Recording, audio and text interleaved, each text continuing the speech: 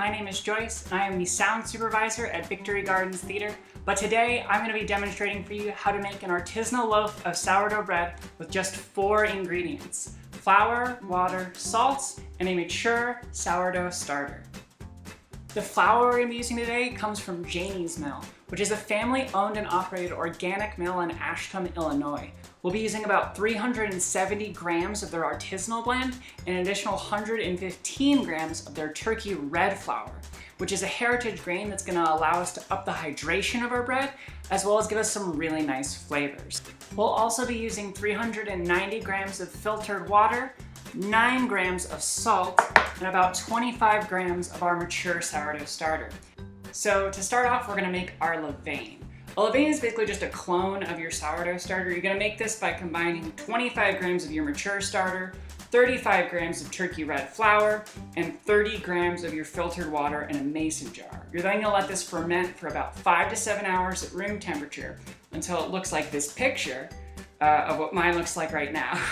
Next up, we've got to start our autolyse. We're going to do that by combining 330 grams of our filtered water in a large mixing bowl. We're then going to add 370 grams of our artisanal blend and then the remaining 80 grams of the turkey red flour. I've actually already mixed together in this bowl, so that's good to just kind of dump on in there.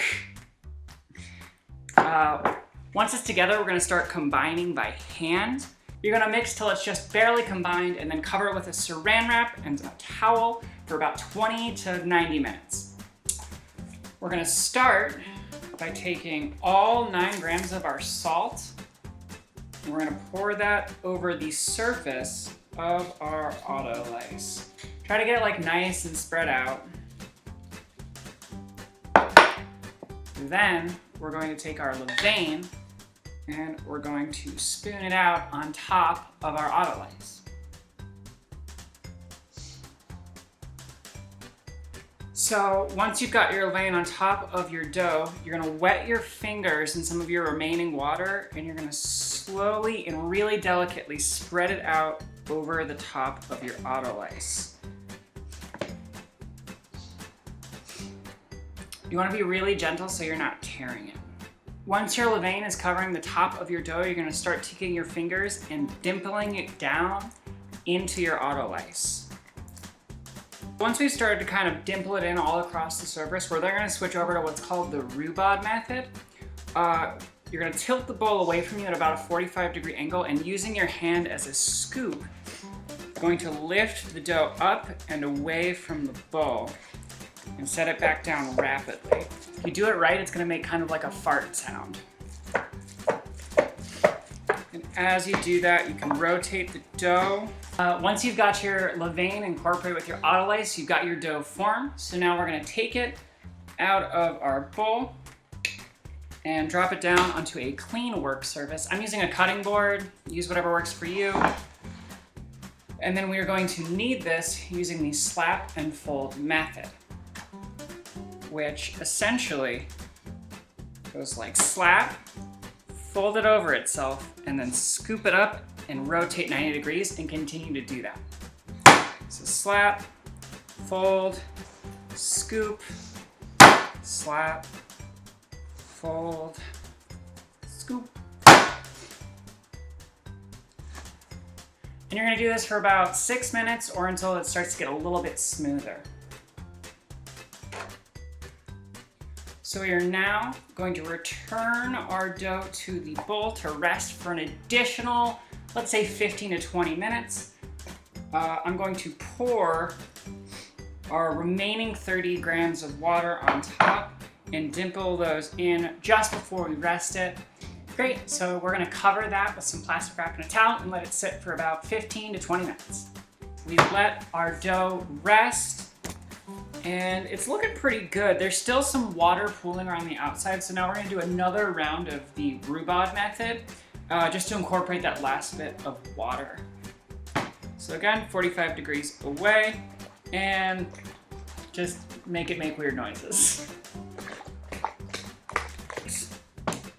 So now that that's done, we're going to put it back out on our work surface and do another round of slapping and folding for about 6 minutes.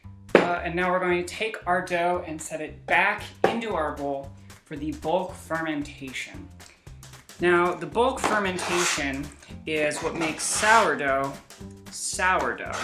But the difference in sourdough is that you're using wild yeast that you've been cultivating in your starter. So it takes a bit longer, and it also can impart some different flavors. We are going to let this rest during the bulk fermentation for about 4 hours. During that time, we are going to perform a series of 6 folds 6 times. The first 4 folds will be spaced 20 minutes apart, and then the last 2 folds will be spaced an hour apart, which doesn't add up to 4 hours, but the time between these 6 fold and the time to the end, you're also just gonna be letting the dough sit. So we're just going to let this dough sit in here for 20 minutes, and then I'll come back and show you how to do the first set of folds. All right, 20 minutes is up, so we're gonna do our first set of folds. We're gonna start by wetting our fingers in some water we have off to the side, and then we're going to very gently scoop under the dough, stretch it out as far as it will go without breaking, and then fold it on top of itself. We're gonna rotate the bowl and do that 6 times around the outside of the dough. And that's our first set of folds. I'll see you in another 20 minutes. Second set of folds.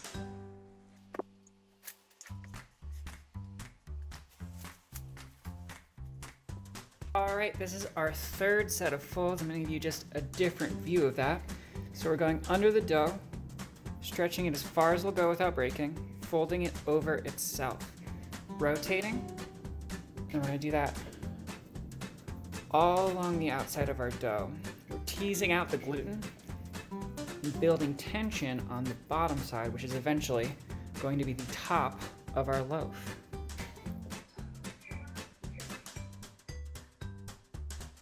So our bulk fermentation period is done, and we're just about ready to shape our loaves. But first we're gonna do something called pre-shaping. We're going to turn out our dough onto our work surface. Once again, I have this clean cutting board. Turn that out nice and gentle like. You wanna be super gentle because you don't wanna tear any of the gluten strands you've been developing for the last 4 hours. But now that we've got it down, we're going to take our hands, press them flat, and use a cupping motion and use kind of the tackiness of the dough against itself to build tension on the outside. It's gonna look a little bit like this. You're gonna pull the dough against itself. Wet my hands again just a little bit. And we're gonna pull it in different directions to tighten the surface of our bread. You can kind of see as I'm doing this how it's becoming more and more like a ball. Fantastic, so now that's pre-shaped into kind of a ball, and we are going to throw our bowl over top and let it rest for 5 minutes before we shape our loaves. Okay, our dough is done resting, so we're gonna uncover it and get ready to shape our loaves. We're gonna be using kind of a specialty ingredient for this. If you don't have rice flour, you can just use the regular flour you were using to make the bread. Spread that over the top of my loaf. One of the only specialty tools you kind of need, which is a dough scraper. We're gonna use the dough scraper to flip this, and then we're gonna shape the loaves. Once I get into it, I'm gonna move quickly. You gotta move quick when you're shaping your loaves because dough can sense fear, and you can't let the fear win. So we're gonna tighten it up using the same thing we did to pre-shape our loaves. Placing our hands flat on the table and using the tension and stickiness of the dough on the cutting board to pull the top of our loaf taut. We're aiming to get as uniform of a circle as we can. So now we've got our well-floured banneton. I'm actually gonna take some rice flour, sprinkle just a little bit more on the top to keep it from sticking. Taking our dough scraper, no fear, up, flipped, and into our banneton. We are then going to place this Banton in a plastic bag and let it proof overnight in the refrigerator for 12 to 13 hours, which means I will see you tomorrow when we bake this. All right, it's day 2 and our bread is done proofing, so it's time to bake it. We're gonna turn it out on a piece of parchment paper, score it and place it in a 500-degree Fahrenheit oven that we've had preheating with a cast iron Dutch oven inside. We want that to be preheating for about an hour to make sure that it's really, really hot. We're gonna place this in our oven, let it cook covered for 20 minutes at 500 degrees reduced temperature to 450 degrees Fahrenheit and vent the steam. Let's get to it. I'm gonna start by scoring it with this bread loam. Into the oven it goes. So it just came out of the oven. It's been about 45 minutes. All right, so our bread is cooled. It's time to cut it open and try it out. And now for the taste test. I've applied a generous helping of Irish butter with some kosher salt on top.